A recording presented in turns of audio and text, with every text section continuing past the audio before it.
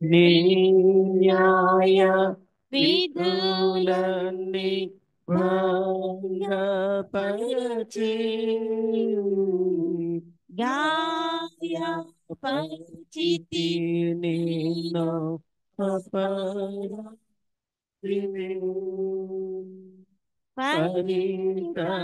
పరితాపమును పొందుచుంటి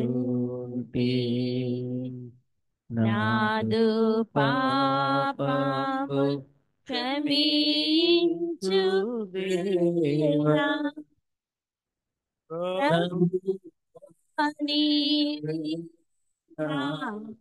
శరణం ఆశ్రయించితి నీ చరణములే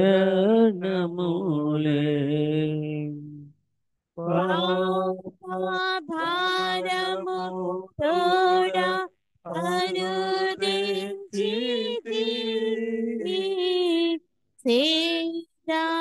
సేదాదిచుము శాంతి జలములతో నీ ప్రేమ రుధిర స్రవంతి శాపభారంబు తొలగించు దేవా ప్రభువా నీవే నాదు శరణం ఆశ్రయించితి నీ చరణములే. దేవునికి స్తోత్రం. మన ఈ శిలువ ధ్యాన ఆరాధన కొనసాగించడానికి మనం అందరం కలిసి మన కీర్తన పుస్తకంలో 53వ కీర్తన ఈ సాయంకాలమున యేసు ప్రభు ఎడుగ మన కీర్తన పాడుతుంది.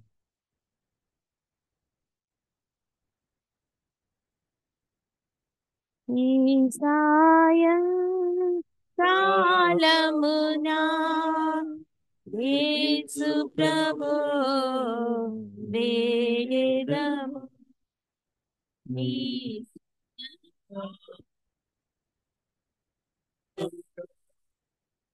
నిత్యంబు మముగాము ఈ సాయం కాలమునా యేసు ప్రభు వేడెదము చెడ్డ కలల్ రాకుండా నాడాగి చుమి ప్రభు బిడ్డలము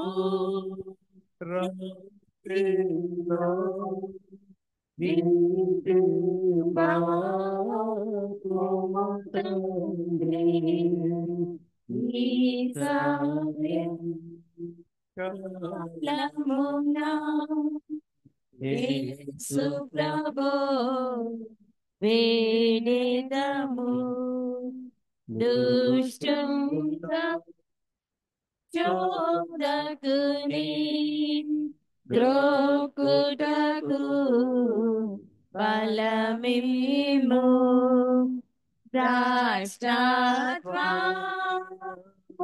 రాష్ట్రమునమేము పడకుండా కాపాడు ఈ సాయం కాలమున యేసు ప్రభు వేడెదము నీయేగా పుత్రుండవు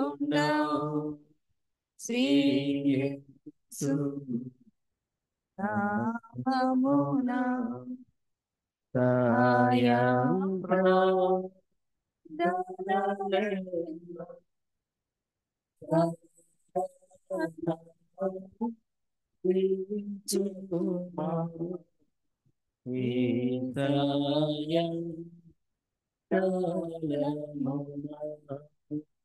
యేసు ప్రభు వేదము జనక సుత శుద్ధాత్మా ఘనదేవ స్తుతింతుం నిత్యము జీవించిరా జము జేయుమనే ఈసాయ కాలమునా యేసు ప్రభు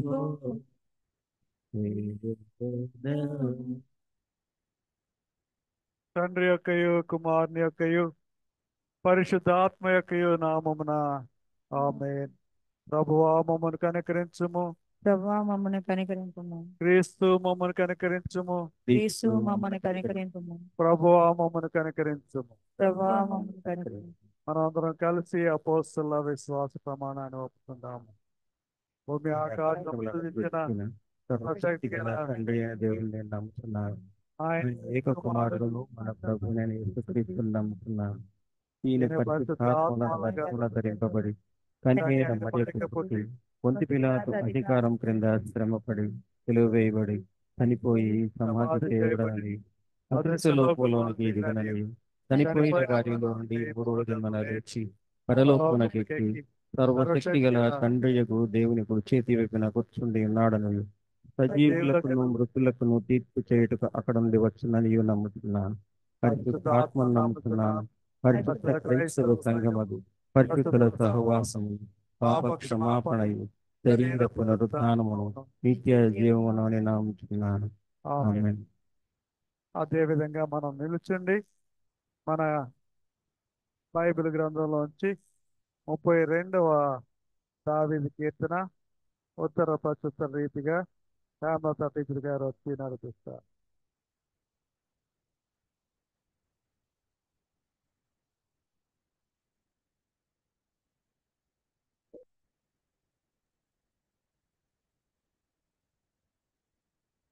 కీర్తనలు 32వ కీర్తన ఉత్తర ప్రత్యుత్తర రీతిగా చెప్పుకుందాం.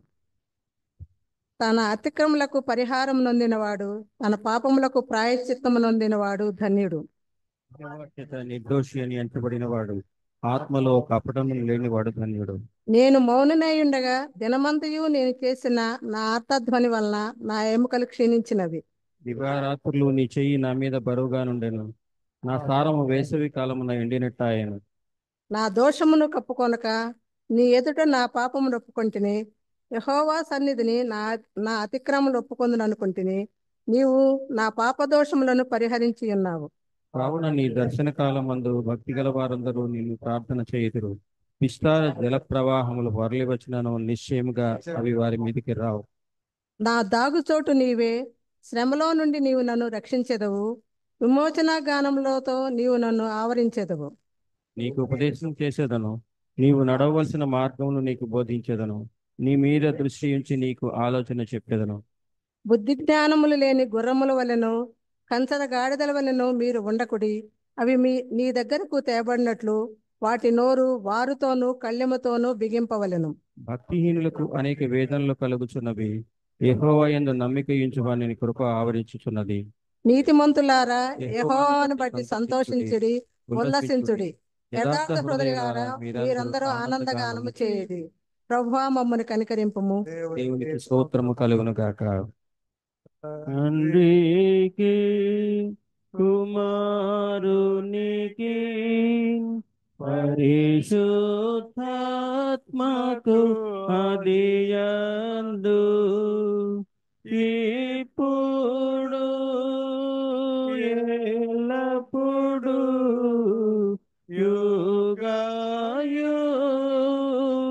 యుగములందు ఉండునట్లు మహిమ కలుగును గాక.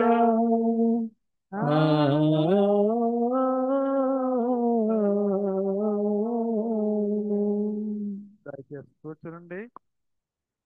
ఈ దినం కొరకు ఏర్పాటు చేయబడిన లేఖన భాగాలు చదవగలడం.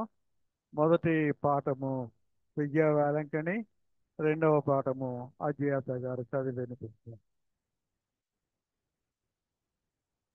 నిర్గమాకాండం 32వ అధ్యాయం 30 నుంచి 36 వచనాలు మొదటి పాఠం.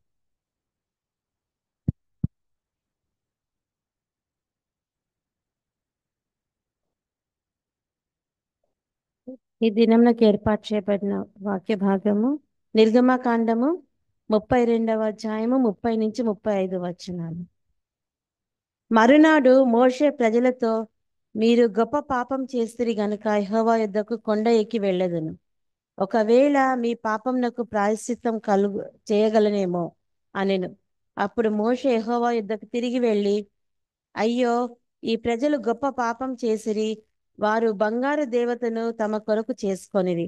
అయ్యో, నీవు వారి పాపంను ఒకవేళ పరిహరించితివా, లేని ఎడల నీవు వ్రాసిన నీ గ్రంథంలో నుండి నా పేరు తుడిచివేయమని బ్రతిమాలు కొంచున్నానెను. అందుకు యెహోవా, ఎవడు నా ఎదుట పాపం చేసెనో వాని నా గ్రంథంలో నుండి తుడిచివేయుదును. కాబట్టి నీవు వెళ్ళి నేను నీతో చెప్పిన చోటికి ప్రజలను నడిపించుము. ఇదిగో, నా దూత నీకు ముందుగా వెళ్ళును.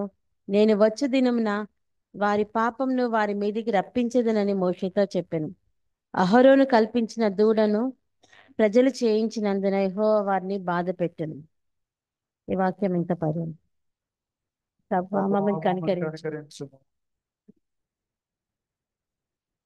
రెండవ పాఠంగా యోహాను సువార్త 18వ అధ్యాయము 7 నుంచి 9 వచనాలు.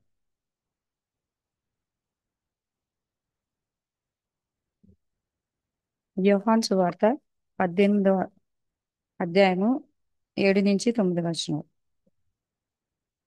మరలా ఆయన, మీరు ఎవరిని వెతుకుచున్నారని వారిని అడిగాను.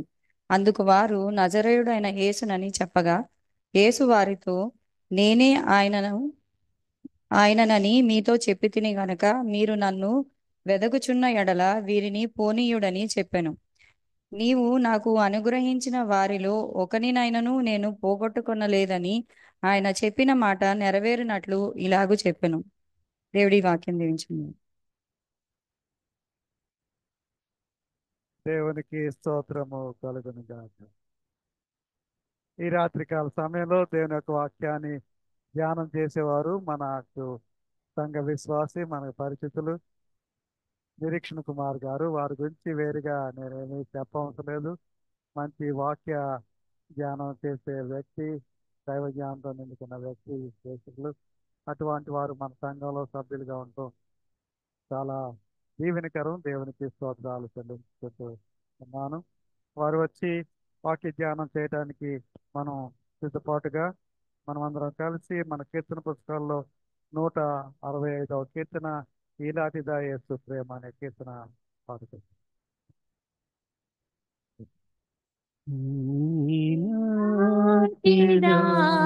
యేసు ప్రేమ నన్ను తూలా నడకతనదు జాలి చూపినదా ఈనాటిదా యేసు ప్రేమ ఎనాలి పాపమునా నేను తనికి నిన్ను కూర్చునే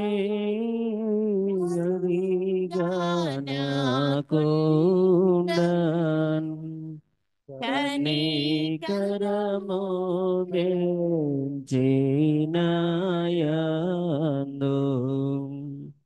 వేగా కొని పోవగా నేను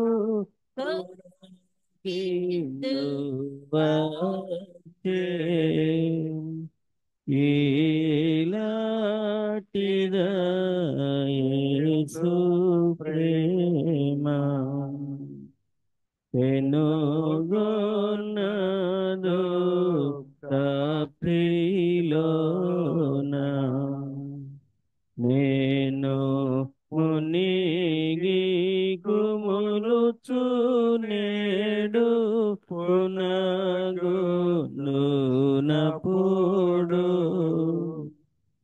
నన్ను నీ చూడని త్రోయలేక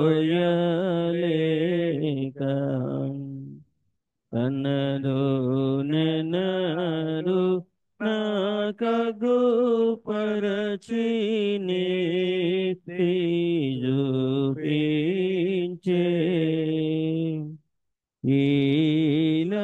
ఈలాటిదా యేసు ప్రేమ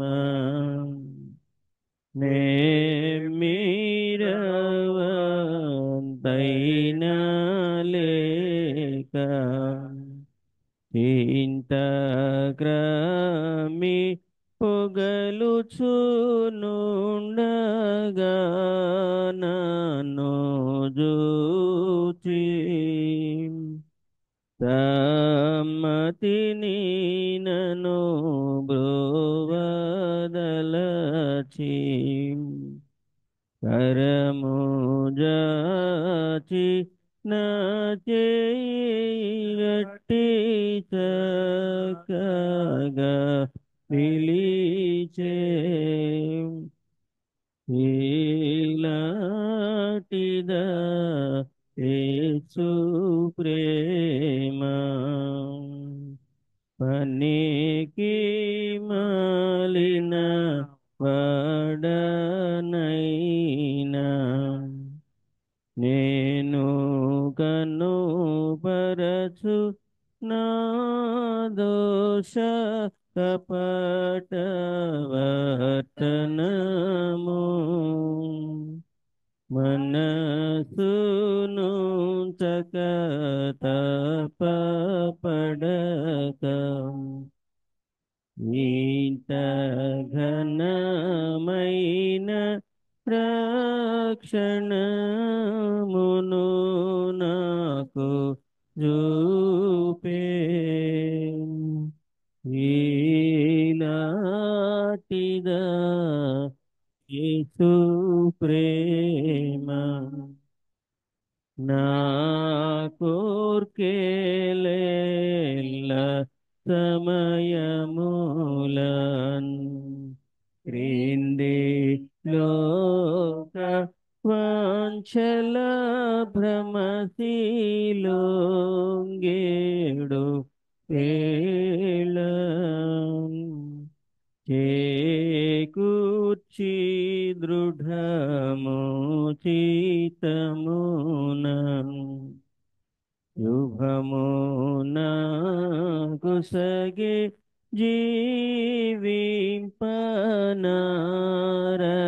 చకుండు ఈలాటిదా యేసు ప్రేమ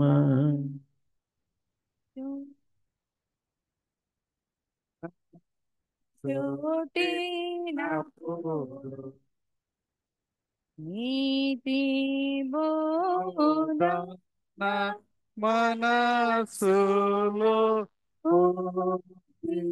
జీవించి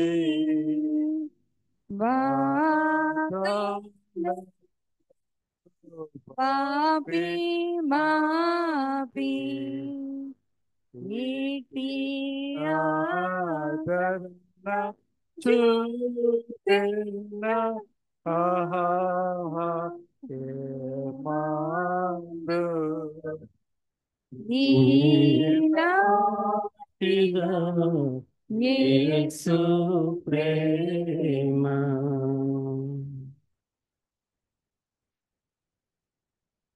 ప్రార్థనలో మనం గడుపుతూ వాక్య సందేశాన్ని చదువుకుందాం. సర్వకృపానిధి మా పరమ తండ్రి, నీకే స్తుతులు స్తోత్రాలు చెల్లించుకుంటున్నాయన. ఈ సాయంకాల సమయంలో గడుపుడి వచ్చిన ప్రతి ఒక్కరిని దీవించి ఆశీర్వదించమని, అల్పుడను అయోగ్యుడునైనా నన్ను ఇక్కడ నిలువబెట్టినందుకే నీకు కృతజ్ఞత ఆస్తుతులు చెల్లించుకుంటున్నాయన. చెప్పబోయే వాక్య సందేశాన్ని నేను కాకుండా నా నోటి ద్వారా మీరే వాక్యాన్ని పలికించమని, కూడి వచ్చిన ప్రతి ఒక్కరిని దీవించి ఆశీర్వదించమని నజరేయుడైన యేసు అతి పరిశుద్ధ నామమున అడిగి వేడుకుంటూ పొందుకుంటూ ఉన్నాం తండ్రి. ఆమేన్.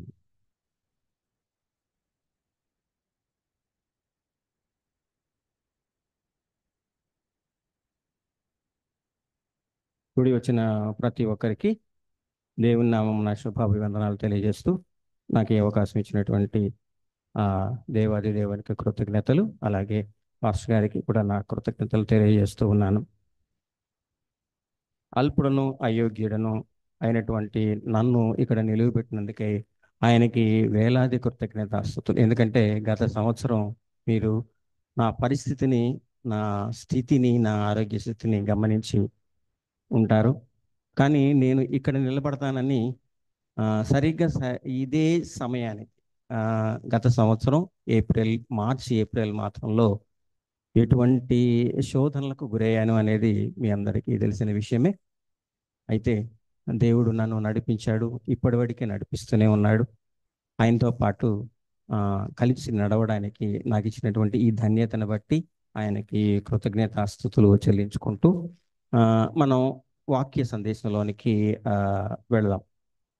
చదవబడినటువంటి వాక్య భాగాలన్నీ మీరు చూశారు. కీర్తనలు 32వ కీర్తన, అలాగే నిర్గమకాండం 32వ అధ్యాయం 30వ వచనం నుంచి 35వ వచనం వరకు, యోహాను సువార్త 18వ అధ్యాయం 7వ వచనం నుంచి 9వ వచన ప్రారంభం నుంచి మనం చూసాం. ప్రియమైనటువంటి దేవుని సంఘమా, వీటిలో ఈ నిర్గమకాండం కానివ్వండి, యోహాను సువార్త కానివ్వండి, చదవబడినటువంటి వాక్య భాగాల్లో నాకు బాగా నచ్చినది, లేదా దేవుడు నన్ను లేదా మనలను ఏ విధంగా సంబోధిస్తూ ఉన్నాడో, మన పట్ల ఆయన ఎంతగా విసిగిపోయి ఉన్నాడు అనేది ఈ నిర్గమకాండం 32వ అధ్యాయం కానివ్వండి, 33వ అధ్యాయం కానివ్వండి చదివినట్లయితే మనకి స్పష్టంగా అర్థమవుతుంది. నా అంశం కూడా ఏమిటి అని అంటే, వారు లోబడనొల్లని ప్రజలు. ఏమండి, అంతే కదా, లోబడనొల్లని ప్రజలు. మనం ఎలాగా ఉంటాము అని అంటే దాన్ని బట్టి మిమ్మల్ని ఒక ప్రశ్న వేయాలని అనుకుంటూ ఉన్నాను. ఆ ప్రశ్న ఏమిటి అని అంటే, మానవ స్వభావం గురించి నటువంటి ప్రశ్న. మీ దగ్గర ఈ మానవ స్వభావాన్ని గురించి కానీ, మానవ తీరుతెన్నుల గురించి కానీ, లేదా మానవ బుద్ధి గురించి కానీ, మన పాప స్వభావం గురించి కానీ మీ దగ్గర సమాధానం ఉంటుంది. ఖచ్చితంగా ప్రతి ఒక్కరి దగ్గర ఉంటుంది. ఎలాంటి బుద్ధి ఉంటుందండి, మనం ఎలాంటి పాప స్వభావాన్ని మనం కలిగి ఉన్నామో ఒకసారి ఎవరైనా సరే, మన పాప స్వభావం ఎలాంటిదండి? బిగ్గరగా చెప్పడం లేదు ఎవరు. ఏమండి, చాలా భయంకరమైనది. ఒక్క మాటలో చెప్పేశారు మంజల్ గారు. మన పాప స్వభావం ఎటువంటిదో చాలా భయంకరమైనదని చెప్తున్నారు. అయితే మానవ స్వభావం గురించి చెప్పాలి అని అంటే ఒక చిన్న మాట సరిపోదండి, లేదా ఒక చిన్న వాక్యం సరిపోదు, లేదా మనం పుంఖాలుగా పుస్తకం రాస్తే కనుక ఒక పెద్ద ఉద్గ్రంథమే అవుతుందండి. మానవ స్వభావం గురించి ఎంత ఉద్గ్రంథం అవుతుందని అంటే, ఆ పాప స్వభావం ఎలా ఉంటుందో మనకి ఆదికాండం మొదలుకొని ప్రకటన గ్రంథం వరకు కూడా మానవ స్వభావం ఎలా ఉంటుంది. వారు లోబడని ప్రజలు, లోబడనొల్లని ప్రజలు అని యెహోవా దేవుడే మన పట్ల సాక్ష్యం పలుకుతూ ఉన్నాడండి.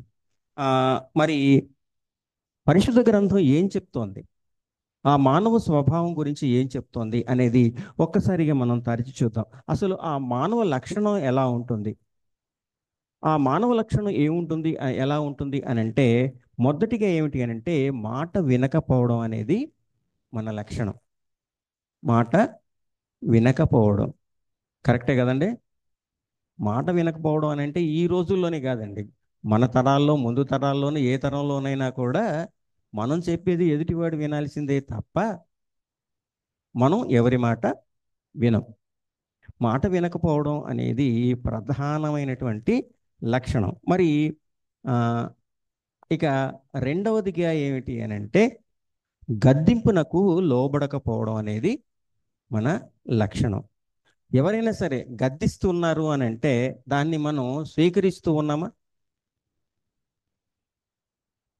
ఎవరైనా మనల్ని హెచ్చరిస్తున్నారు అనుకోండి, మనం దాన్ని స్వీకరిస్తూ ఉన్నా, స్వీకరించడం లేదు. ఎలాగంటే ఆ గద్దింపు అంటే నువ్వు నాకు చెప్పేది ఏమిటి, మీరు నాకు చెప్పేది ఏంటి, నాకు అన్నీ తెలుసు. ఇది గద్దింపుకు లోబడకపోవడం అనేది మన లక్షణం అని పరిశుద్ధ గ్రంథమే మనకి తెలియజేస్తూ ఉందండి. సామెతల గ్రంథం ఒక్కసారి, సామెతల గ్రంథం 1వ అధ్యాయం 25వ వచనాన్ని గనక మనం చూసినట్లయితే ఇక్కడ ఏమంటున్నాడంటే, నేను చెప్పిన బోధ ఏమియు మీరు వినక త్రోసివేసితిరి, నేను గద్దింపగా లోబడకపోతిరి. కదండి, ఇక్కడ ఏమేమి మాటలు ఉన్నాయండి? మీరు వినలేదండి, మీరు వినలేదు, వినకపోవడమే కాదు దాన్ని త్రోసివేశారు. అంతేకాకుండా గద్దింపుకి లోబడలేదు. మరి మన రెండవ లక్షణం అండి ఇది. మొదటి లక్షణాలు, రెండవ లక్షణాల్లో మొదటిది మాట వినకపోవడం, రెండోది గద్దింపుకి లోపడకపోవడం, మూడోది ఏమిటి అని అంటే తిరుగుబాటు చేయడం అనేది మన సహజ లక్షణం. తిరుగుబాటు చేయడం అనేది మరి మన జీవితాల్లో కానీ, మన కుటుంబాల్లో కానివ్వండి, చుట్టూ ఉండే సమాజంలో కానివ్వండి, మనుషుల మధ్య ఉండేటువంటి రాగద్వేషాలు కానివ్వండి, అసూయ ఈర్ష్యలు కానివ్వండి, ఇవన్నీ కూడా తిరుగుబాటుతోటే మొదలవుతూ ఉన్నాయి. ఆ తిరుగుబాటు ఎలా ఉంటుంది అని అంటే కుటుంబాల వ్యక్తుల మధ్య ఆ తిరుగుబాటు అనేది మొదలవుతూ ఉంది. మానవ స్వభావం కూడా తిరుగుబాటుతోటే మొదలయ్యి ఆదాము మొదలుకొని చూడండి. ఆదాము ఏం చెప్పాడండి? ఆదాము కూడా తిరుగుబాటు మనస్తత్వం కలవాడు. నువ్వు ఎక్కడున్నావు అని అంటే దేవునికి ఏ సమాధానం చెప్పాడు? అడిగిన ప్రశ్నే కాకుండా దేనికి వేరే వేరే సమాధానాలు చెప్తున్నాడు. తిరుగుబాటు మన అంటే నా ఇష్టం నువ్వు చెప్పిన ప్రశ్నకి లేకపోతే నువ్వు అడిగిన ప్రశ్నకి నేను సమాధానం ఎందుకు చెప్పాలి అనేది ఇక్కడ మనకి కనిపిస్తున్నటువంటి మరొక లక్షణం. ఇంకో లక్షణం ఏమిటి అని అంటే పరిశుద్ధాత్మను ఎదిరించడం మన లక్షణం అండి. పరిశుద్ధాత్మను ఎదిరించడం మన లక్షణం. లూకాసు వార్త 12వ అధ్యాయం 10వ వచనాన్ని ఒక్కసారి కనుక మనం చూసినట్లయితే ఇక్కడ దేవుడు ఎటువంటి హెచ్చరిక చేస్తూ ఉన్నాడు, ఎటువంటి ఆజ్ఞని మనకి ఇస్తూ ఉన్నాడు అని చూడండి ఒకసారి. లూకాసు వార్త 12వ అధ్యాయం 10వ వచనంలో, మనుష్య కుమారుని మీద వ్యతిరేకముగా ఒక మాట పలుకువానికి పాపక్షమాపణ కలుగును గాని పరిశుద్ధాత్మను దూషించువానికి క్షమాపణ లేదు. పరిశుద్ధాత్మని మీరు ఎటువంటి దూషణకి గురి చేసినప్పటికీ కూడా యెహోవా దేవుడు తాను ఊరుకోను అని తన కుమారుణ్ణి ఏమైనా అన్నా పర్వాలేదు, కానీ పరిశుద్ధాత్మని ఏమైనా అంటే మాత్రం నేను ఒప్పుకోను అంటాడు. అంత మాత్రం చేత మనం మనిషి కుమారుని దూషించమని అర్థం కాదండి అక్కడ. అంటే పాపక్షమాపణ ఉంటుంది, కానీ పరిశుద్ధాత్మని కనుక మీరు దూషించినట్లయితే దానికి క్షమాపణ లేదు అని ఇక్కడ చెప్తూ ఉన్నాడు. అంటే పరిశుద్ధాత్మను ఎదిరించడం మన లక్షణం. ఇక అపోస్తలుల కార్యం 7వ అధ్యాయం 51వ వచనంలో చూడండి, చాలా స్పష్టంగా రాయబడుతున్నటువంటి మాట ఏమిటి అని అంటే, ముష్కరులారా, హృదయములను చెవులను దేవుని వాక్యమునకు లోపరచనొల్లని వారలారా, మీ పితరుల వలె మీరును ఎల్లప్పుడూ పరిశుద్ధాత్మను ఎదిరించుచున్నారు. ఇక్కడ కూడా వారు లోబడనొల్లని ప్రజలు అనడానికి గాను ఇక్కడ ఏం చెప్తున్నారు చూస్తారా? దేవుని వాక్యానికి లోపరచనొల్లని వారలారా, మీ పితరుల వల్లే మీరు కూడా ఎల్లప్పుడూ పరిశుద్ధాత్మను ఎదిరిస్తూ ఉన్నారు అని ఇక్కడ వాక్యం తెలియజేస్తున్నటువంటి మాట అండి. మరి ఆయనకి భయపడకపోవడం అనేది మరో లక్షణం. ఆయనకి భయపడడం మన లక్షణం ఏమిటి అని అంటే భయం అనేది ఆ కుటుంబంలో తల్లిదండ్రుల పట్ల కానివ్వండి, లేదా పెద్దల పట్ల కానివ్వండి, సంఘంలో ఎవరి పట్ల అయినా సరే మనం భయపడకుండా ఉండటం అనేది మన లక్షణం. మరి అటువంటి లక్షణాన్ని అంటే ఏంటి అని అంటే, ఎందుకు భయపడకపోవడం అన్నదంటే మన పక్షంగా యుద్ధం చేస్తున్నటువంటి దేవుని పట్ల మనం భయపడకపోవడం. అన్ని విషయాల్లోనూ మీ పక్షముగా యుద్ధము చేస్తానని ప్రభువు మనతో అంటూ ఉంటే మరి ఆయనకి మనం భయపడాలా వద్దా? ఖచ్చితంగా భయపడాల్సినటువంటి అవసరత ఎంతైనా ఉంది.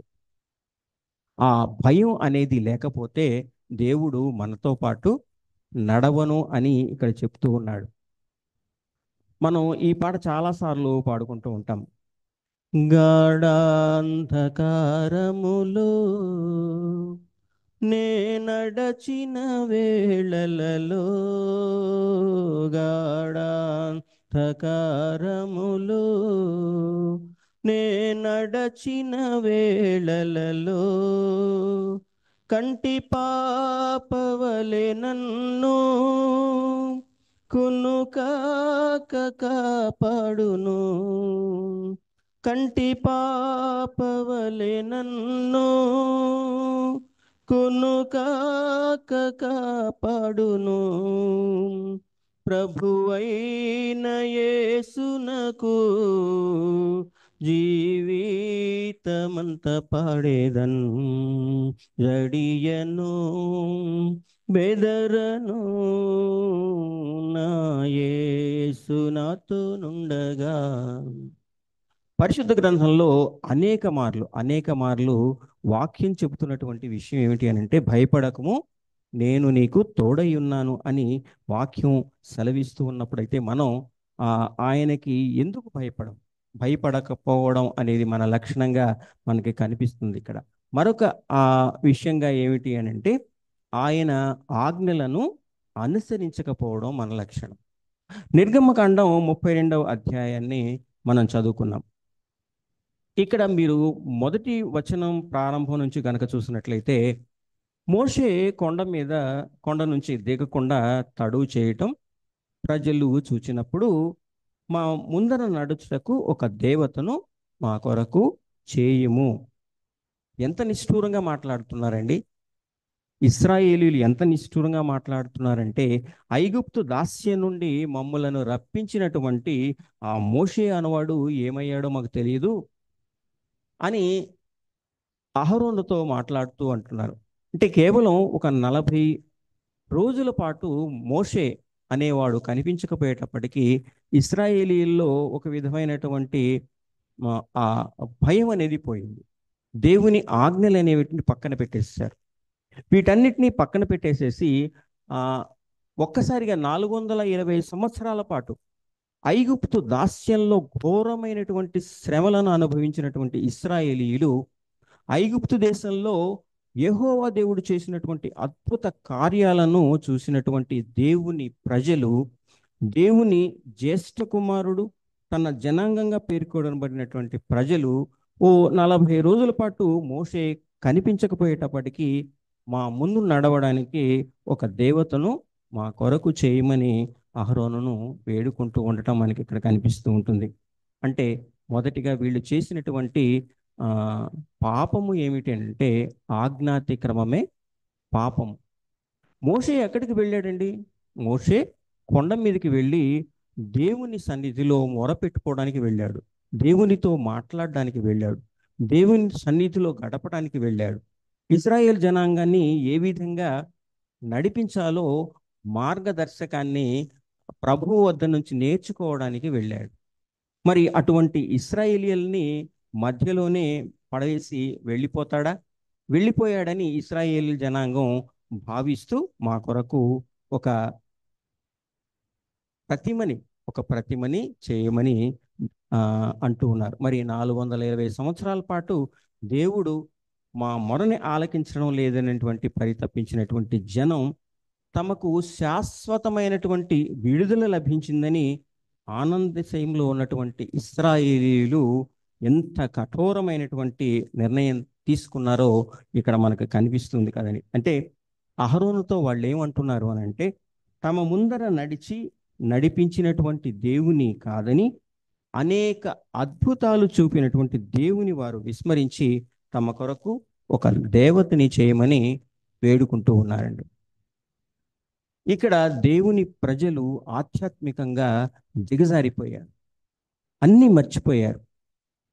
అన్నీ మర్చిపోయి వీరేం చేస్తూ ఉన్నారంటే, ఐగుప్తీయులు కొలుస్తున్నటువంటి ఒక ఆ దేవుని ప్రతిమను, ఎద్దు అనే ఒక ప్రతిమని వారు రూపొందించుకున్నట్టుగా మనకి ఇక్కడ కనిపిస్తూ ఉంటుంది.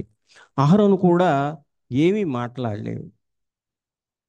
వారికి ఎదురు చెప్పాలన్నా మోషే తిరిగి వస్తాడని కూడా ఇశ్రాయేలీయులకి చెప్పి ఉండాలి కదా. కానీ అహరోను చెప్పకుండా ఏం చేస్తున్నాడంటే ఒక ప్రతిమను తయారు చేయటమే కాకుండా బలిపీఠాన్ని కట్టినట్టుగా దేవునికి వేడుక చేసిన రీతిగా దహన బలులు, సమాధాన బలులు అర్పించడాన్ని మనం ఇక్కడ చూస్తూ ఉన్నాం. అయితే ఇక్కడ దేవుని నుంచి మోషే నోటి ద్వారా ప్రజలు అప్పటికే పొందినటువంటి రెండవ ఆజ్ఞని వారు అతిక్రమించారు.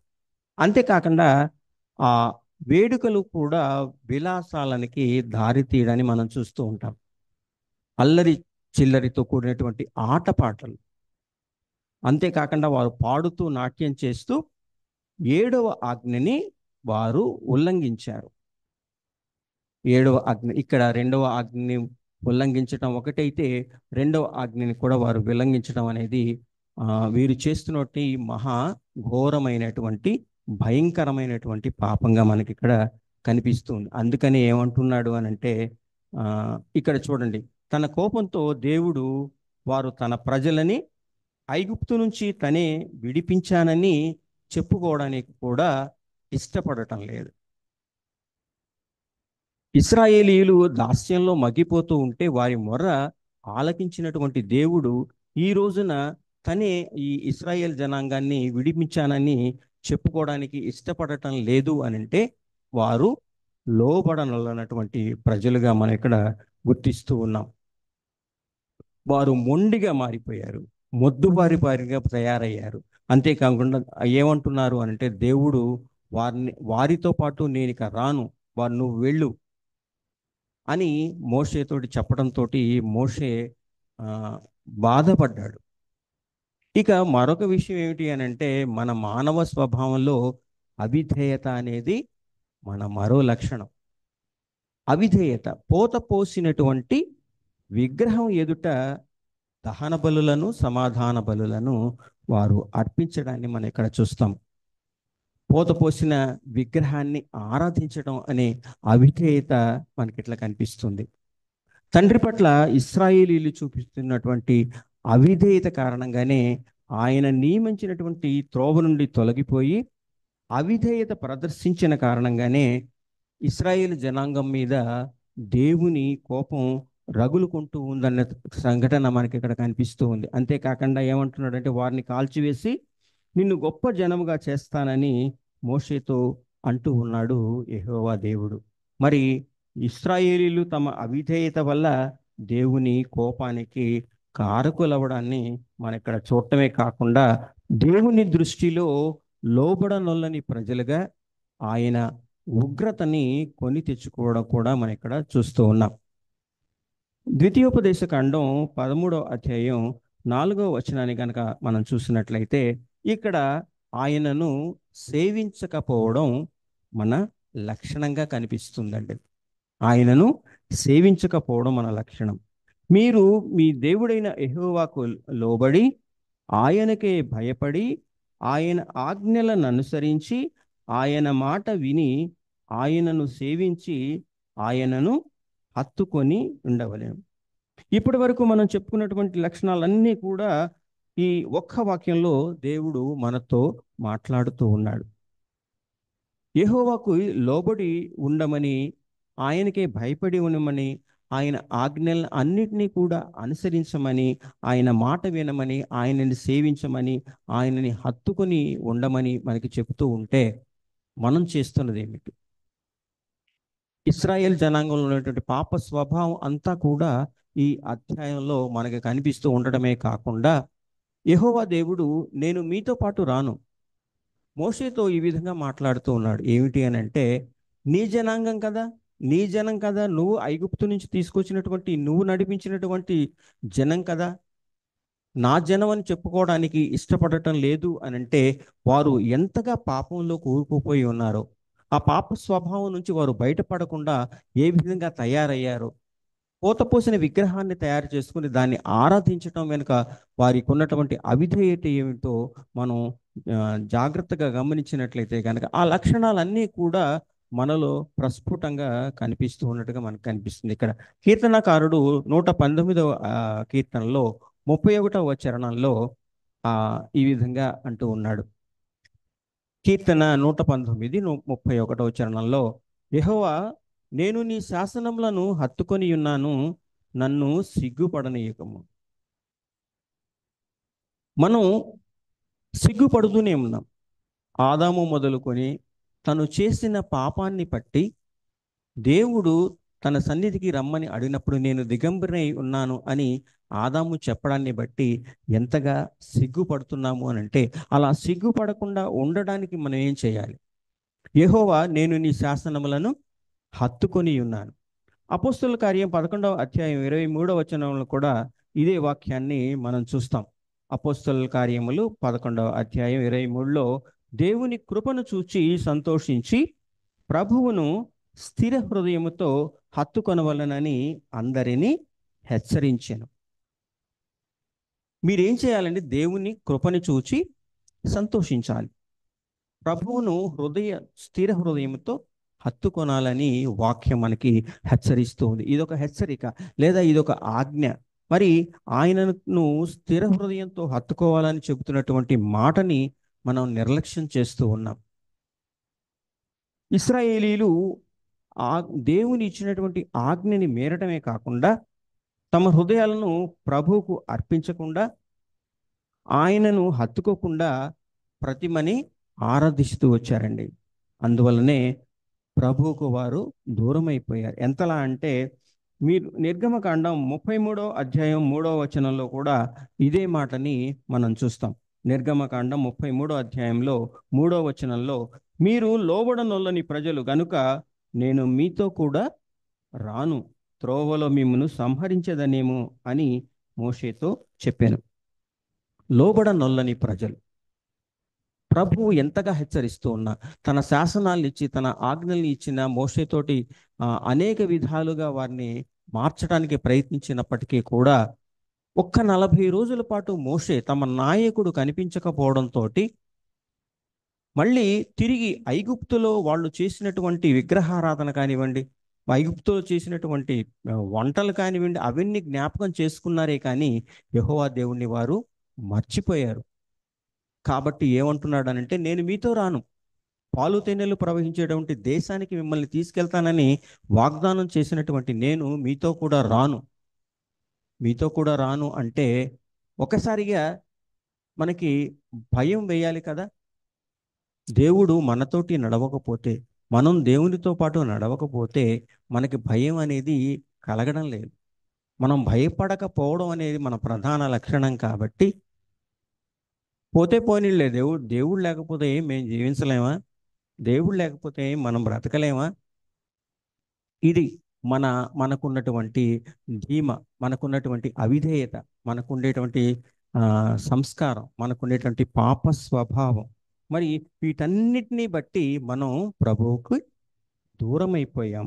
మరి ఈ నిర్గమకాండంలో ఆయన ఎంత నిర్ణయం తీసుకున్నాడంటే, ప్రభు ఎంత నిర్ణయం తీసుకున్నాడు అని అంటే, త్రోవలో మిమ్మల్ని చంపేస్తానేమో, మిమ్మల్ని అందరినీ సంహరించేస్తానేమో, కాబట్టి నేను మీతో కూడా రాను అని ఇక్కడ చెప్తూ ఉన్నట్టుగా మనకి వాక్యం సెలవిస్తూ ఉంది. ఇక ఆయనను విశ్వసించకపోవడం అనేది మరొక లక్షణం. విశ్వసించకపోవడం. మరి ఐగుప్తీయుల దాస్యం నుండి విముక్తి కలుగజేసినటువంటి దేవుని పట్ల విశ్వాసం కలిగి ఉండకపోవడం. మీకు ఒక ఉదాహరణ చెప్తాను. హెబ్రీయులకు రాసినటువంటి పత్రిక 11వ అధ్యాయం 8వ వచనంలో ఈ విధంగా రాయబడి ఉంది. హెబ్రీయులకు రాసినటువంటి పత్రిక 11వ అధ్యాయం 8వ వచనంలో, అబ్రహాము పిలువబడినప్పుడు విశ్వాసమును బట్టి ఆ పిలుపునకు లోబడి తాను స్వాస్థ్యముగా పొందనై ఉన్న ప్రదేశమునకు బయలు వెళ్ళెను, మరియు ఎక్కడికి వెళ్ళవలెనో అది ఎరుగక బయలు వెళ్ళాను. అబ్రహాం ఏం చేశాడండి? దేవుని మాటకి లోబడి ఉన్నాడు. దేన్ని బట్టి? విశ్వాసాన్ని బట్టి. మనకి ఆ మాట చెప్తే మనం బయలుదేరి వెళ్తామండి. ఏదైనా ఒక సౌకర్యవంతమైనటువంటి ఒక పట్టణంలో మనం ఉన్నాం అనుకోండి, అక్కడ అన్నీ మనకి సమకూరుతూ ఉన్నాయి. ఆ ప్రదేశాన్ని కాకుండా నువ్వు ఉన్న పాటుగా బయలుదేరి వేరే ప్రాంతానికి నేను తీసుకెళ్తాను రమ్మంటే వస్తామా మనం? వెళ్తామా మనం? వెళ్ళం కదా. అక్కడ అవన్నీ సదుపాయాలన్నీ ఉంటాయా? ఏదైనా కుగ్రామానికి వెళ్ళమన్నాడు అనుకోండి, లేకపోతే అసలు అసలు ఎక్కడికి వెళ్ళమన్నాడో తెలియదు. మనం ఏం చేస్తామంటే ప్రభుని ప్రశ్నిస్తూ ఉంటాం. ఏంటి అని అంటే, ఇక్కడ బాగానే ఉంది కదా నాకు, నువ్వు మళ్ళీ అక్కడెక్కడికో చెప్తున్నావు కదా, అక్కడ అక్కడ ఎలా ఉంటుందో ఏమిటో నాకేం తెలియదు కదా, దాని పుట్టుపూర్వతలు ఏమిటో, ఆ తీరుతిండులు ఏమిటో, మరి వాటి గురించినటువంటి వివరాలు ఏవి నాకు తెలియవు కదా, ముందుగా దాని గురించి చెప్పు, తర్వాత నేను వస్తాను అని అంటారు కదా మీరు.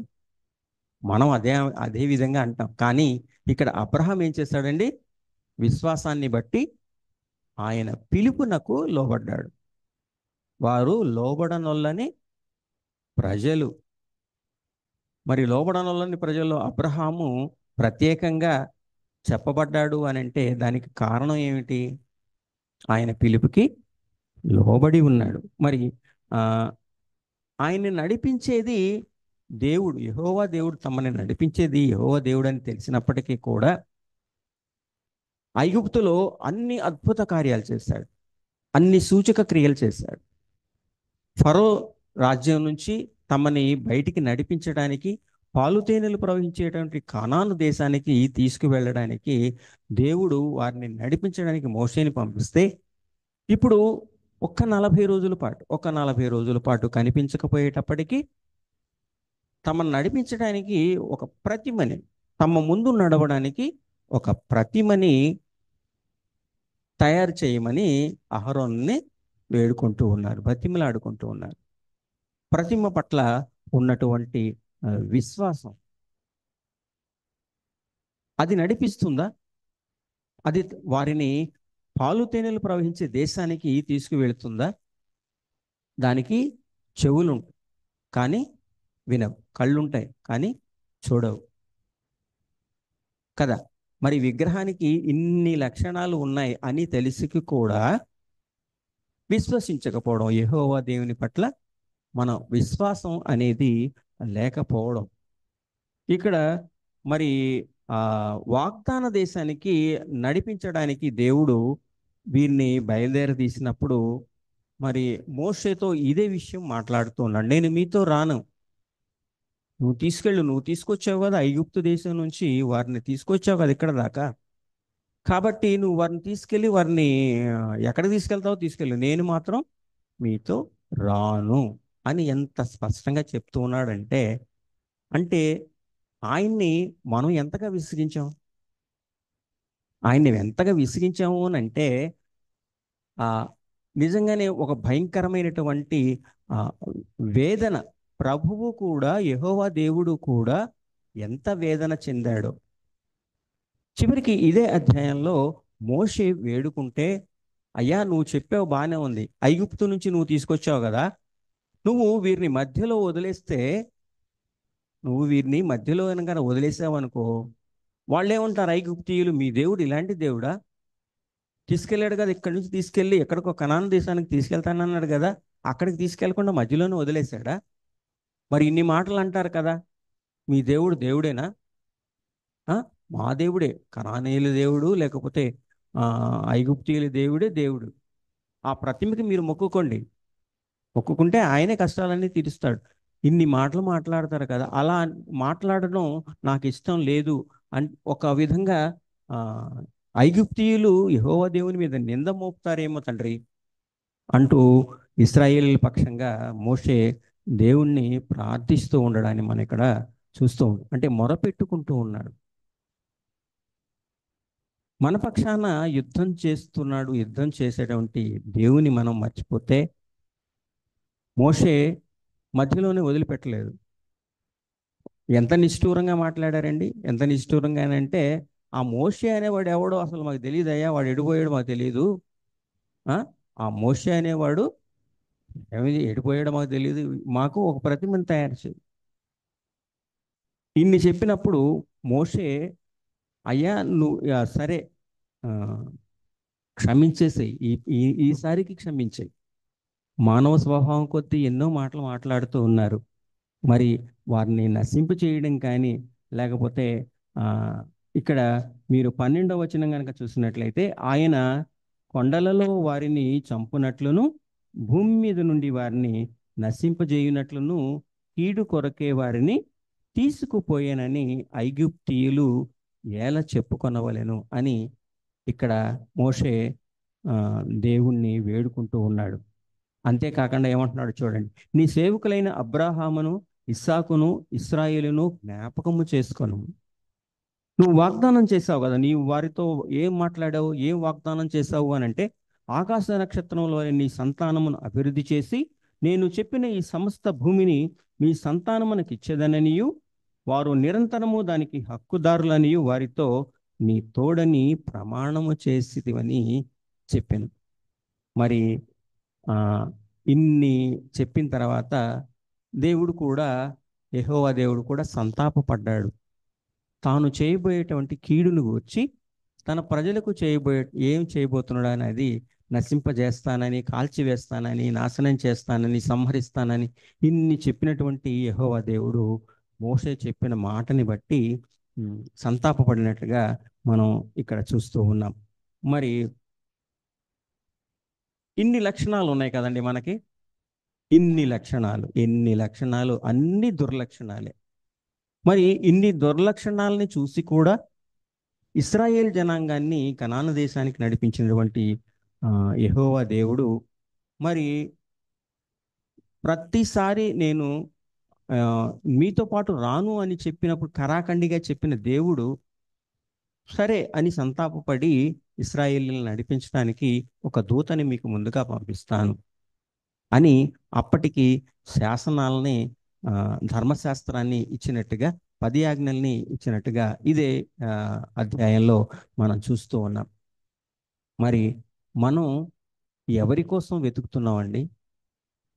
మనం ఎవరి కోసం వెతుకుతున్నాం? మన కోసం ప్రాణత్యాగం చేసినటువంటి దేవుణ్ణి మర్చిపోయాం. ఎన్నో శ్రమలు కూర్చాడు ఆయన శిలువ మీద. ఆయన పడినటువంటి శ్రమలను కనుక మనం చూసినట్లయితే వర్ణనాతీతం, భయంకరమైనటువంటి బాధ. ఆ బాధనంతటినీ కూడా మన కోసం ఆయన అనుభవించి ప్రాణత్యాగం చేసి పునరుద్ధానుడయ్యాడు. యోహాను సువార్త 18వ అధ్యాయంలో మనకి ఈ వచనం కనిపిస్తూ ఉంది. యోహాను సువార్త 18వ అధ్యాయం 7వ వచనంలో, మీరు ఎవరిని వెతుకుచున్నారని వారిని అడిగాను. అందుకు వారు నజరేయుడైన యేసునని చెప్పగా, యేసు వారితో, నేనే ఆయనని మీతో చెప్పితిని కనుక మీరు నన్ను వెదకుచున్న ఎడల వీరిని పోనీయుడని చెప్పాను. ఎవరిని వెతుకుతున్నామండి మనం?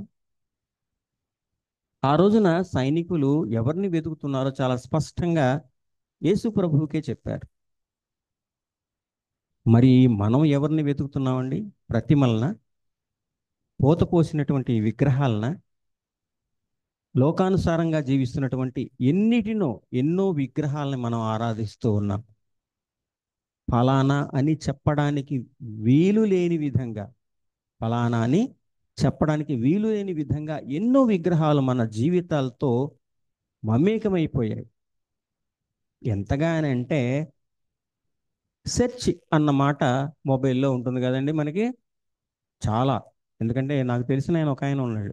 ఆయన ఏమిటి అని అంటే, మనం ఇక్కడ కూర్చొని మాట్లాడుతున్నాం అనుకోండి, మీరు ఏదైనా కొత్త మాట మాట్లాడారు అనుకోండి, ఇంగ్లీష్ పదం కానివ్వండి, హిందీ పదం కానివ్వండి, లేకపోతే తెలుగు పదం కానివ్వండి, ఏదైనా సరే, దానికి ఆయన అర్థం ఏమిటో చూడాలని చెప్పేసి సెర్చ్ నొక్కేవాడు. మరి మన జీవితాల్లో సెర్చ్ అనేది ఉంది కదండి, ఉంది. కానీ ఆ కీని మనం ఉపయోగించడానికి ఇష్టపడటం లేదు. ఆయన్ని వెతకాల్సిన అవసరం లేదండి. ఆయన్ని వెతకాల్సిన అవసరం లేదు. ఆయన మన కోసం వచ్చాడు. నేనే ఆయననని మన ఎదుటిగా చెప్తూనే ఉన్నాడు కదండి. నేనే ప్రభుని, నేనే నజరేయుడు అనేటువంటి యేసుని అని అంత స్పష్టంగా చెప్తూ ఉంటే మరి మనం ఆయన్ని వెతకాల్సిన అవసరం లేదండి. మరి లోకానుసారమైనటువంటి ఈ లక్షణాలన్నీ కూడా మనం కాల్చి బూడిద చేసినప్పుడే ఆయన త్రోవలోనికి మనం వెళ్ళడానికి మార్గం సుగమం అవుతుంది. మనం కీర్తన 32 చదువుకున్నాం కదండి. కీర్తన 32 ఉత్తర ప్రత్యుత్తర రీతిగా మనం చదువుకున్నాం. ఈ కీర్తనలో మనకి పాపం చేసినటువంటి ఆ, దావీదు తన పాపాన్ని దాచిపెట్టకుండా ఒప్పుకుంటూ రాసినటువంటి ఈ కీర్తనగా మనకి కనిపిస్తూ ఉంది. కీర్తన 14 14 14వ కీర్తన 2వ అధ్యాయాన్ని గనక మీరు 2వ చరణాన్ని గనక మీరు చూసినట్లయితే, వివేకము కలిగి దేవుని వెదకువారు కలరేమో అని యెహోవా ఆకాశము నుండి చూచి నరులను పరిశీలించాను. దేవుని చూడాలంటే ఏం చేయాలండి? దేవుని చూడాలంటే వివేకము కలిగి ఉండాలి, ఆయనకి లోబడి ఉండాలి, ఆయన పట్ల భయం కలిగి ఉండాలి, ఆయన పట్ల విధేయత కలిగి ఉండాలి. ఇవన్నీ మనలో ఉన్న ఆయన యెహోవా ఆకాశం నుండి నరులని చూస్తూ పరిశీలించాడు అని వాక్యం మనకి తెలియజేస్తూ ఉందండి. మరి ఆ దావీదు తను చేసినటువంటి పాపాన్ని కప్పిపుచ్చుకోకుండా మనస్ఫూర్తిగా మనస్ఫూర్తిగా తను చేసినటువంటి పాపాన్ని ఒప్పుకొని విడిచిపెడితే దేవుడు ఆ దావీదు జీవితంలో చేసినటువంటి అంటే క్షమాపణ, ఆశీర్వాదం, క్షేమాన్ని కలుగజేస్తాడు అని ఈ కీర్తన మనకి తెలియజేస్తూ ఉందండి. మరి మనం పాపాలని ఒప్పుకోవడానికి మన మనస్సు ఒప్పుకోదు. మనం చేస్తున్నటువంటి పాపాలని ఒప్పుకోం. మరి ఇన్ని లక్షణాలు మనం మాట్లాడుకున్నాం కదండి. వాక్యానుసారంగానే వాక్యం మనకి ఏం చెప్తుందో, మనకి ఎటువంటి లక్షణాలు ఉన్నాయో, మనకి ఎటువంటి పాప స్వభావం ఉందో వాటన్నిటినీ మనం తరచి చూసి మనం చివరికి ఎక్కడికి వచ్చామండి? దేవుని దగ్గరికి వచ్చాం. కానీ వాటన్నిటినీ కూడా మనం పాపాలని ఒప్పుకొని ప్రాయశ్చిత్తాన్ని గనక చేసుకున్నట్లయితే నమ్మదగిన దేవుని యందు, నమ్మకానికి యోగ్యమైనటువంటి దేవుని యందు అన్ని సమయాలలో ఆధారపడటం అనేది, మరి నమ్మకం ఉంచితే జీవితంలో ఊహకు మించినటువంటి కార్యాలని మనం చూడగలము అని మనం చదవబడినటువంటి వాక్యాలన్నీ కూడా మనల్ని హెచ్చరిస్తూ ఉన్నాయి. మరి దేవుని పట్ల నమ్మకం ఉంచినట్లయితే ఏం ఏం జరుగుతుందండి? నమ్మువానికి సమస్తమును సాధ్యమే. చెప్పరేమండి? నమ్మువానికి సమస్తమును సాధ్యమే. నమ్మిక ఉంచితే ఏం కలుగుతుందండి? నమ్మిక ఉంచితే స్వస్థత కలుగుతుంది. యెహోవా దేవుని మహిమ మన మీద ఉదయిస్తుందండి. దేవుడు మనల్ని సురక్షితంగా నడిపిస్తాడండి. ఆయన ఇచ్చినటువంటి వాగ్దాన ఫలాల్ని మనం పొందుకుంటాం. నేను కనాను దేశానికి రాను, ఆ దేశానికి మీరు వెళ్ళిపోండి అని ఎంతో కరాఖండిగా చెప్పినప్పటికీ కూడా దేవుడు ఎంత దయాద్ర హృదయుడండి. మనం నమ్మకం ఉంచినా నమ్మకం ఉంచకపోయినా నడిపించడానికి ఆయన సిద్ధంగా ఉన్నప్పుడు ఆయన త్రోవలో మనం నడవడానికి మనం ఒక అడుగు వేస్తే ఆయన చేయి పట్టి మన జీవితాలని నడిపిస్తూ ఉంటాడు. అటువంటి మరి ఫలాల్ని మనకి అందించాలని, మనం ఈ దుర్లక్షణాలన్నీ, మన మానవ స్వభావాలన్నిటినీ వీడి విశ్వాసంతో ఆయన నమ్ముకున్నట్లయితే ఆ వాగ్దాన ఫలాలు, పాలు తేనెలు ప్రవహించేటటువంటి వాగ్దాన దేశానికి ఇశ్రాయేలుని నడిపించినట్టు దేవుడు మనల్ని కూడా అదే విధంగా నడిపిస్తాడని, మన ప్రార్థనలో అనునిత్యము విశ్వాసంతో మన ప్రయాణాన్ని కొనసాగించాలని ఆ దేవుని ప్రార్థిస్తున్నాను. ఆమేన్.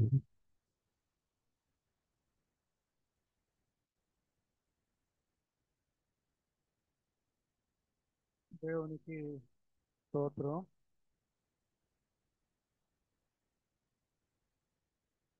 మన జీవితాల్లో రకరకాల ప్రతిమలు చేసుకుంటూ ఉంటాం. ఆస్తి, అంతస్తు, కులం, ప్రాంతం, ఇలా. అటువంటి సందర్భంలో దేవుణ్ణి మనం మర్చిపోతూ ఉంటాం. అయినా కూడా దేవుడు మనల్ని శిక్షించకుండా మన ప్రేమతో క్షమించే దేవుడనే సత్యాన్ని మరొక మారు ఈ రాత్రికాల సమయంలో ఎన్నో దేవునికి స్తోత్రాలు. శ్రేష్టమైన ఈ ధ్యానాన్ని చేసిన సోదరుడు లక్ష్మి గారికి ప్రత్యేకమైన వందనాలు. దేవుడు మిమ్మల్ని బాగుగా దీవించి ఆయన యొక్క బలమైన సాధన. అలాగే వారి యొక్క ఈ ధ్యాన సందర్భంగా వారు మనకి అల్పాహారం కూడా వారు తయారు చేశారు. దానికి కూడా ఆ కుటుంబానికి మనందరి పక్షంగా వందనాలు చెల్లించుకుంటున్నాం. మనతో పాటు జూమ్లో ఉన్న మన సంఘ బిడ్డలందరినీ, సుశాంత్ గారిని, కళ్యాణి గారిని, కేజీఆర్ గారిని, రవీంద్రనాథ్ గారిని, మన ప్రకాశ్రావు దంపతులను, సౌజన్య శశికళ గారిని, మరి మన సాల్మన్ రాజు దంపతులను, మరి వీరందరిని బట్టి దేవునికి స్తోత్రాలు. రవీంద్రనాథ్ గారు రావడం చాలా సంతోషం. రత్నం గారు మరి దేవునికి వందనాలు చెల్లించుకుంటున్నాను. మరి రేపటి దినాన తిరిగి యథావిధిగా సాయంకాలం 7 గంటలకు మన శిలువ ధ్యాన ఆరాధన ఉంటుంది. దాంట్లో మన యవనస్తుల్లో ఒకరైన మన కమల్ రాజు గారు దేవుని యొక్క వాక్యాన్ని వారు అందిస్తారు. ఆ బిడ్డ కోసం ప్రార్థన చేయమని మనం నిరీక్షణ గారి యొక్క ధ్యానంలో ఆయన 119వ కీర్తన ఆయన ఉటంకించారు. 119వ కీర్తన అని ఫలానా చరణం అని ఆయన అన్నారు. మీరు గమనించారో లేదో? విశేషం ఏంటంటే మన బైబిల్ అంతా గద్యంలో ఉంటుంది, అంటే వచన భాష, మనం మాట్లాడుకునే సాధారణ భాషలో ఉంటుంది. కీర్తనల గ్రంథం మటుకు పద్య భాగం. కీర్తనలు అనే పేరు ఎందుకు వచ్చిందంటే వాళ్ళు పాడుకున్నారు. ప్రతి కీర్తన ఒక పాట. 210వ పాట మనం పాడుకుందాం అన్నప్పుడు పలానా చరణం అని మనం చెప్పుకుంటాం. కీర్తన గ్రంథం చెప్పినప్పుడు కూడా అదే భాష మనం ఉపయోగించాలి. 119వ కీర్తన 90వ చరణం, అది మనం నేర్చుకోవాలి. చాలాసార్లు వచనం అనే మాట మనం చేస్తున్నాం, కానీ కీర్తనలు వాళ్ళు పాడుకున్న 150 కీర్తనలు, అది గమనించుకోమని మీకు మనం చేస్తున్నాం. మనందరం కలిసి 210వ సంగీతం పాడుకొని మన ఆరాధన ప్రార్థన ప్రభు ప్రార్థన జీవితం.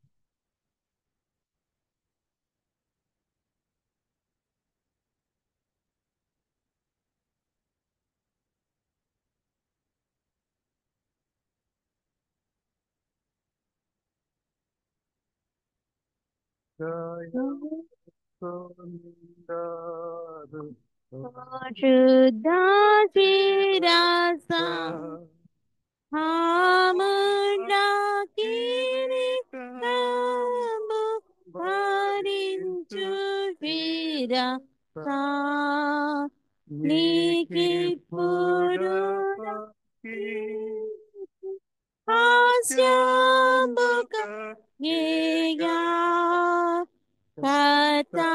కథగానంబు కీర్తి ఏనాడు కల్గుగా లోకంబు నోందు ప్రకాశపూర్ణుడా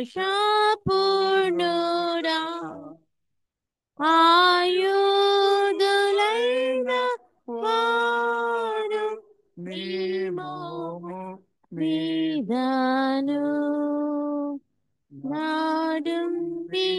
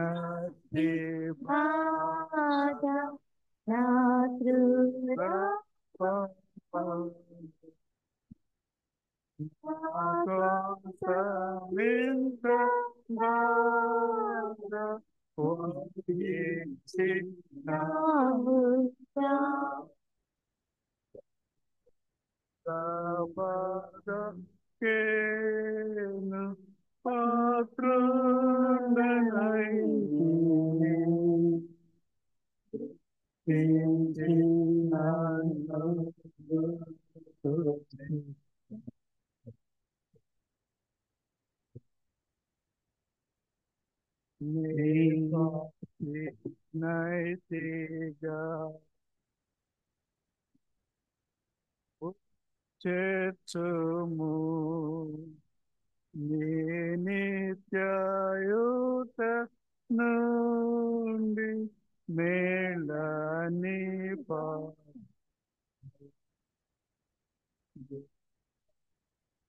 మాధుర్యం చెప్పే పవనాత్మ మోక్ష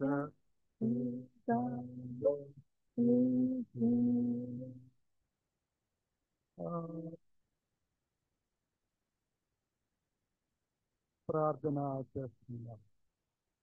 సర్వకృపానివి మా పరం తండ్రి, నీకే స్తోత్రాలు చెల్లించుకుంటూ ఉన్నాం. మరొక రాత్రికాల సమయంలో మా తండ్రి మాతో ఉన్నందుకు, మాతో మాట్లాడినందుకు నీకు వందనాలు చెల్లించుకుంటున్నాం. మా ప్రభువా, 40 దినాలు మా తండ్రి ఓపిక పట్టలేక మా తండ్రి, నీవు ఎన్నుకున్న జనాంగం మా తండ్రి నీ మీద తిరుగుబాటు చేసి మా తండ్రి నీకు ప్రతిగా మరొక దేవుని ప్రతిభను వారు చేస్తున్నందుకు మా ప్రభువా, నీకు వచ్చిన ఆగ్రహాన్ని గురించి మా తండ్రి మేము విన్నాం. అయితే మా ప్రభువా, వారి నాయకుడు మా తండ్రి వారి పక్షంగా మోసే ప్రార్థించి నీ క్షమాపణ కోరగా మా ప్రభువా, నీవు తిరిగి మా తండ్రి వారి మీద వాత్సల్యత చూపి సంతాపడినట్టు మా తండ్రి నీ వాక్యం మాకు సెలవిస్తుండగా ఆ పాఠాన్ని మా ప్రభువా మేము నేర్చుకుంటూ ఉన్నాం. మాలో సహనం చచ్చిపోయింది మా తండ్రి, మమ్మల్ని క్షమించండి.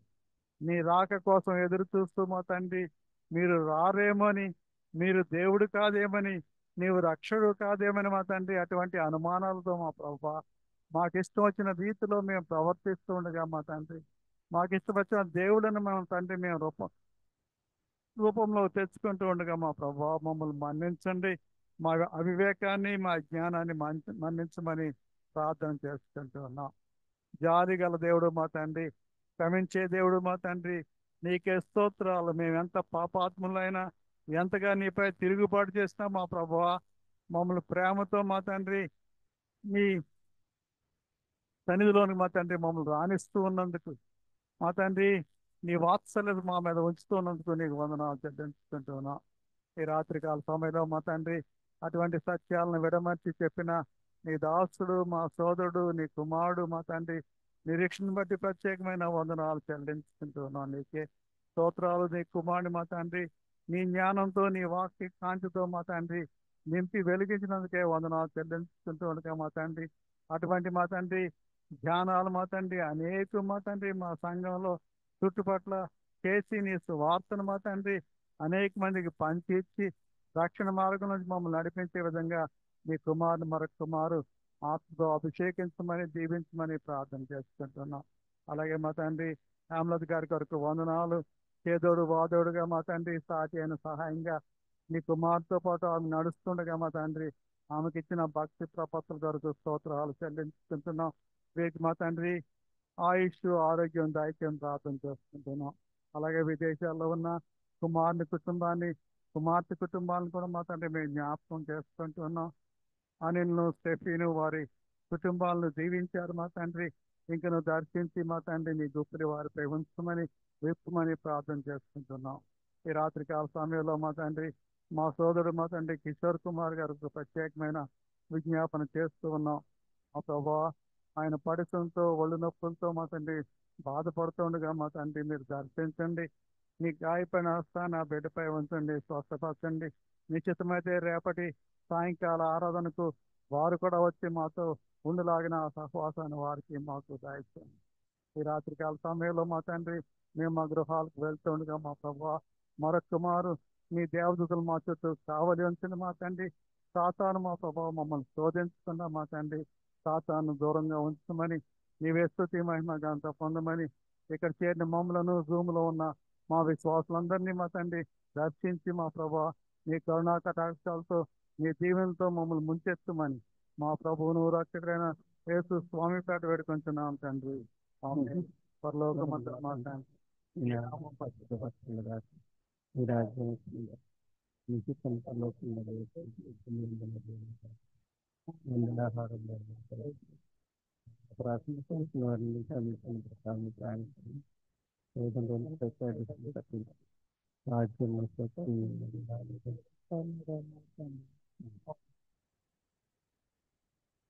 మన తండ్రి అయిన దేవుని ప్రేమ, ప్రభు అయిన యేసుక్రీస్తు వారి కృపా పరిశుద్ధ ఆత్మీయ అన్యోన్య సహవాసము ఇప్పుడు ఎల్లప్పుడూ ఇక్కడ చేరి మనందరకు నిరీక్షణ గారి కుటుంబానికి జూమ్ లో ఉన్న వారికి తోడైన గాక.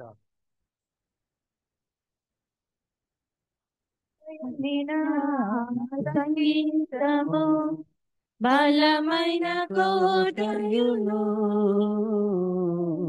జీవాధిపతియు ఆయనే. జీవిత కాలమెల్ల స్తుతించెదను ఆయనే నా సంగీతము. ఋతుల మధ్యలో నివాసం చేసి దూతలెల్ల పొగడే దేవుడయనే. ఋతుల మధ్యలో నివాసం చేసి దూతలెల్ల పొగడే దేవుడయనే. వేడుచుండు భక్తుల స్వరము విని వీడుచుండు భక్తుల స్వరము విని దిక్కులేని పిల్లలకు దేవుడయనే. దిక్కులేని పిల్లలకు దేవుడయనే. ఆయనే నా సంగీతము.